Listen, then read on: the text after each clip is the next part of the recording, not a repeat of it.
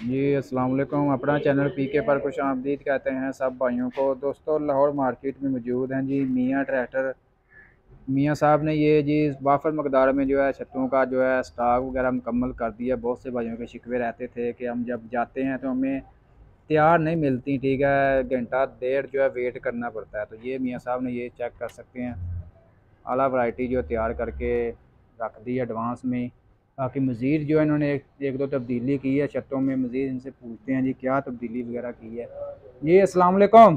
वालेकुम सलाम जी। मियाँ साहब की हाल ठीक जी ठाक हो? शुक्र अल्लाह पाक दा भाईजान।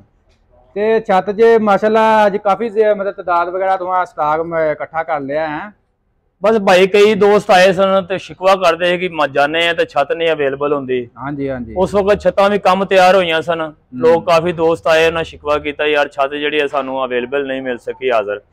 फिर उन्होंने मद्देनजर रख के दोस्तां रात दिन असीं दोस्तां वास्ते टाइम लगाया है।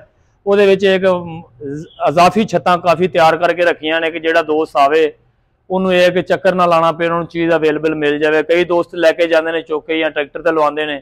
ਕੋਈ ਇੱਕ ਦੋ ਪੀਸ ਹੁੰਦੇ ਸੀ, ਇੱਕ ਲੱਗ ਜਾਂਦੇ, ਕੋਈ ਵੈਸੇ ਦੋਸਤ ਆ ਜਾਂਦਾ ਸੀ ਉਹਨੂੰ ਮਿਲਦੀ ਨਹੀਂ ਸੀ, ਫਿਰ ਉਹ ਸ਼ਿਕਵਾ ਕਰਦਾ ਸੀ ਕਿ ਯਾਰ ਛੱਤ ਨਹੀਂ ਭਾਈ ਤਿਆਰ। ਇਸ ਵਾਸਤੇ ਅਸੀਂ ਕਾਫੀ ਜਿਹੜੀਆਂ ਛੱਤਾਂ ਤਿਆਰ ਕਰਕੇ ਰੱਖ ਛੜੀਆਂ ਕਿ ਹੁਣ ਕਈ ਦੋਸਤ ਆਉਂਦੇ ਨੇ ਦਿਹਾੜੀ 'ਚ ਕੋਈ ਦੋ ਆ ਰਹੇ ਕੋਈ ਇੱਕ ਆ ਰਹੇ, ਉਹਨਾਂ ਨੂੰ ਛੱਤ ਮਿਲ ਜਾਵੇ ਤਾਂ ਕਿ ਉਹਨਾਂ ਦਾ ਜਿਹੜਾ ਇਤਰਾਜ਼ ਆ ਉਹ ਦੂਰ ਹੋ ਜਾਵੇ। अच्छा अच्छा। मजीद हो एक दो तब्दीलियां की सर जी ਇਹਦੇ ਵਿੱਚ ਮਜ਼ੀਦ ਹਾਂਜੀ ਇਜ਼ਾਫਾ ਕੀਤਾ ਥੋੜਾ ਜਿਹਾ। ਇੱਕ ਤੇ ਪਹਿਲੇ ਨੰਬਰ ਤੇ ਰਾੜ ਲਾਤੇ ਨੇ। ਪਹਿਲੇ ਇੱਥੇ ਲਾਈਦਾ ਸੀ ਗਲੋਬ, ਉਹ ਗਲੋਬ ਲਾਤਾ ਹੈ ਮਧਮ ਲਾਈਟ ਵਾਸਤੇ ਤਾਂ ਕਿ ਰਾਤ ਨੂੰ ਡਰਾਈਵਰ ਪੈਲੀ ਬੰਦਾ ਜਾਂ ਜਾ ਰਿਹਾ ਗਲੋਬ ਚੱਲਦਾ ਵੀ ਇਹਨਾਂ ਦੀਆਂ ਅੱਖਾਂ 'ਚ ਜਿਹੜਾ ਨਾ ਮਕਸਦ ਜ਼ਿਆਦਾ ਰੋਸ਼ਨਾਈ ਨਹੀਂ ਹੁੰਦੀ, ਉਹਨੂੰ ਅੱਗੋਂ ਪ੍ਰੋਬਲਮ ਨਹੀਂ ਬਣਦੀ। ਇਹ ਜਿਹੜੇ ਰਾੜ ਸਾਈਡਾਂ ਤੇ ਲਾਤੇ ਨੇ, ਰਾਤ ਕਈ ਦੋਸਤ ਟਰੈਕਟਰ ਬੰਨ੍ਹਦੇ ਨੇ ਉਹ ਫਿਰ ਉਹਨਾਂ ਨੇ ਰਾਤ ਟਰੈਕਟਰ ਜਦੋਂ ਬੰਨ੍ਹਦੇ ਨੇ ਟਾਇਰਾਂ ਲੈ ਵੇਂਦੇ ਨੇ ਜਾਂ ਪਿੱਛੇ ਉਹਦੇ ਵਾਸਤੇ ਲਾਈਟ ਜਲ ਜਾਏਗੀ, ਮੁੜਗਾੜ ਟਾਇਰ ਪਿੱਛੇ ਹਰ ਸ਼ੈ ਨਜ਼ਰ ਆਏਗੀ। ਇਹਦਾ ਮਾਸ਼ਾਅੱਲਾ ਕਾਫੀ ਰੋਸ਼ਨਾਈ ਹੈ ਰਾੜ ਦੀ, काफी ਇਹਦਾ फायदा भी है। लेकिन ये राड तोड़ लाता है, पूरा 40 इंच वाया है सर जी। पिछों तिकर नजर आएगा, मुकम्मल ट्रैक्टर पिछों सारा नजर आएगा रात की रोशनाई दे नाल राड बालना। बाकी ये ਜਿਹੜੀਆਂ चीज़ां पहले लगदियां सी वो ग्लोब लाता है, लाइट थोड़ी मध्यम रंगदार है, फ्लैशर हेड चैनल वाली लाती है।